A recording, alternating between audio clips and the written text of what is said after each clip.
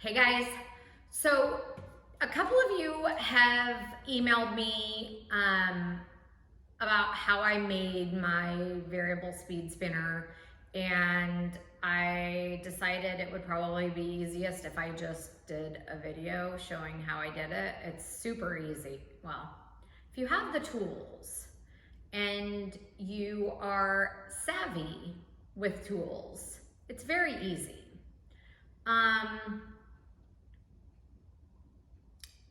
If not, it could be difficult and you may end up buying a lot of tools to make this. But I had everything, I don't know, I had everything. I like this kind of stuff. So I had all the tools that I needed. So first you'll need a fan. I bought mine from Home Depot. I think it was a $59 fan or something. It has 3 different speeds on the back. I think any fan will do. I can't imagine that this won't work with any fan, but I don't know. I'm showing you exactly what I did. It's not a tutorial. If your house burns down, that is not my responsibility. But I'm just showing you how I did this to get my spinner working. So I took off the outer casing. There are like 7 screws, and then it exposed the fan with the blades. Right here, there's a screw with an Allen wrench. You take it off with an Allen wrench, which is a tool like this. I had this little set, so I just kept testing different sizes until I found the Allen wrench that worked and took it off. So I took it off, just slid right off, and I cut off the blades. I don't really know that that's necessary now that I'm thinking about it, but I don't know, mine works, so we're not gonna talk about what we could do. I'm talking about what I did do. So I cut off the blades because I didn't want fan blades everywhere. So then I bought this 18-inch round wood board from Michael's. 18 inches diameter. I think it was $11. It was a complete wood board. I then drilled a hole in the middle so it would fit on top of here, fit through this thing. So now if you noticed, there's this little nub right here. So I cut an area down to fit that little nub so it would slide on and fit down onto the fan blade below, right? So then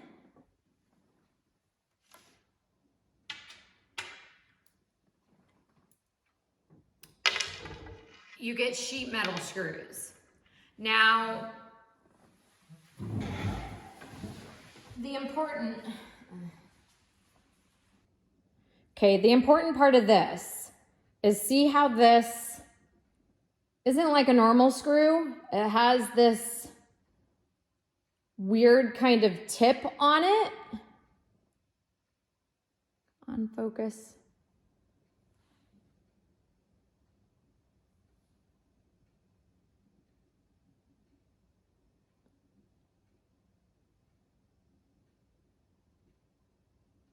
See how the screw at the end? That's so it can go through the metal blade, right? So I have 3 sheet metal screws.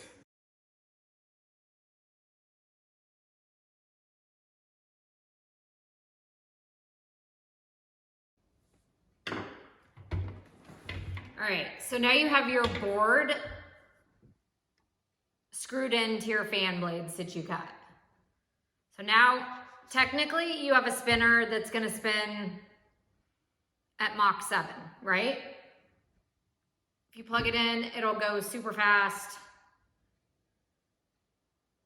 And this is where the fun starts. So,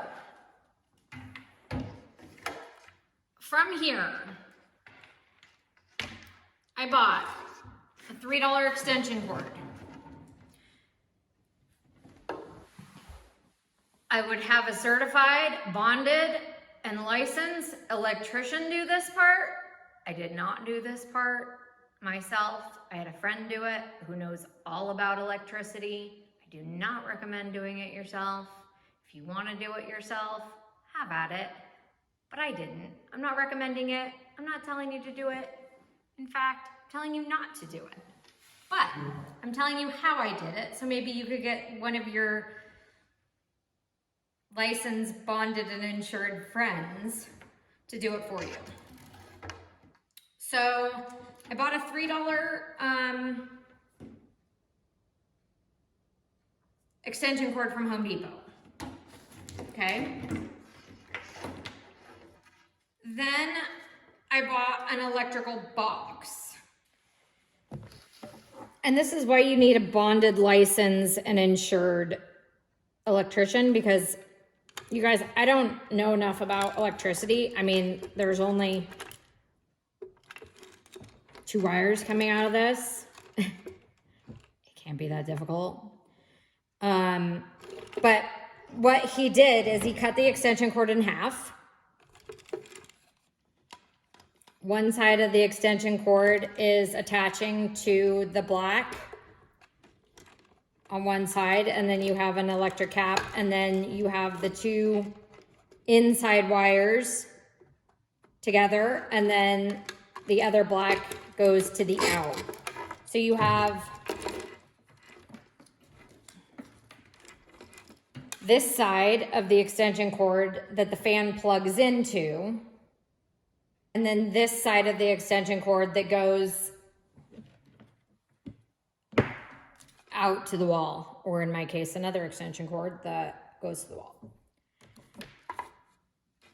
So it's not entirely difficult if you get someone who knows what they're doing with electricity. This is the dimmer that I got.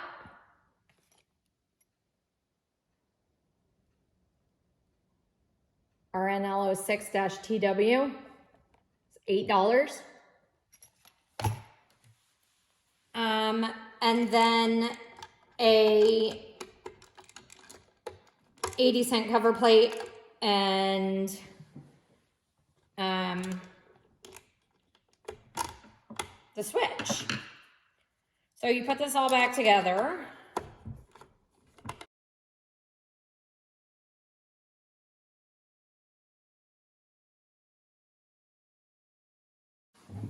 All right, so then you guys, I got a piece of wood and 36 inches long. And then I got 2 pieces. You could go to Home Depot, Lowe's, you could ask them to cut you wood, find like a thickness that you like. This is just for the canvas to rest on, so you don't need anything like super sturdy or whatever. But something with some girth. I have a saw, and so I ripped my own wood and made my own. So it doesn't matter. Like once it's all on, it's not gonna matter how thick this is. So then I took these pieces, I glued them on with wood glue. Use wood glue. Wood glue will hold anything together forever. But then as extra precaution, I stapled it too. I don't even know what kind of anything that's doing for me, but probably nothing, but you know what, it made me feel good. So then I took this inch drilling bit that I can attach to my drill, power drill, and I drilled this hole in the center, right? So the reason for that is because this is still poking up. And so in order for this to lay flat, I had to drill a hole in the center.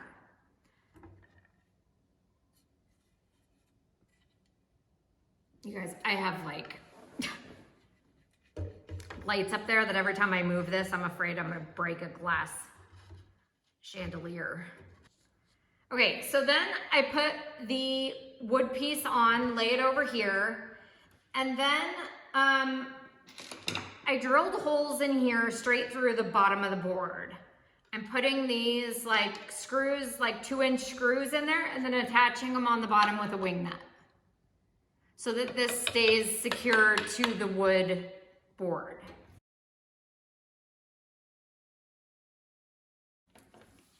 Okay, in addition, my fan is a 3-prong fan. The $3 extension cord I got is only 2-prong. You can buy a more expensive extension cord that has 3 prongs. I bought a little adapter for 49 cents. The next extension cord was like $18. For $3, I bought a 49-cent adapter. Put the adapter on and voila. Now, just on its own, you guys, this is like an amazing glidey spinner. Like it just spins, it's so smooth and it spins forever. So even if you didn't use it with the variable switch, it's still a great spinner. Now, how I combat the bottom, because you have cords, you have this piece here, you have this back piece. I literally have just 2x4s. I put them under each side.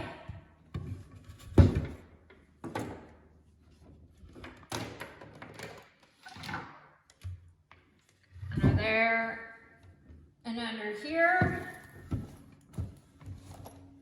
And the fan stays super secure after that. Normally when I leave it outside, I just leave my 2x4s like that. Put the paper over it to paint, and the fan just spins and does its thing. So now you are ready. You need to give it a little push to get going.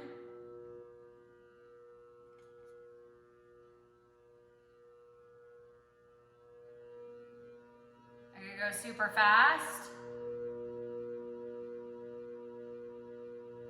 or I could just dial it back and have it go super slow. And the speed is gonna vary, you guys, based on the size canvas you have on it, how much paint you put on your canvas. But now you're free to paint and do whatever you want without having to continually spin. It's a variable speed spinner. And this cost me about $87 all together, $87 to $90 all together, with the wood, the fan, everything, and a friend who did the electrical work for me. So hopefully you guys enjoyed this video. Hopefully it's helpful. If you guys end up making a variable speed fan, let me know. And see you on the next video.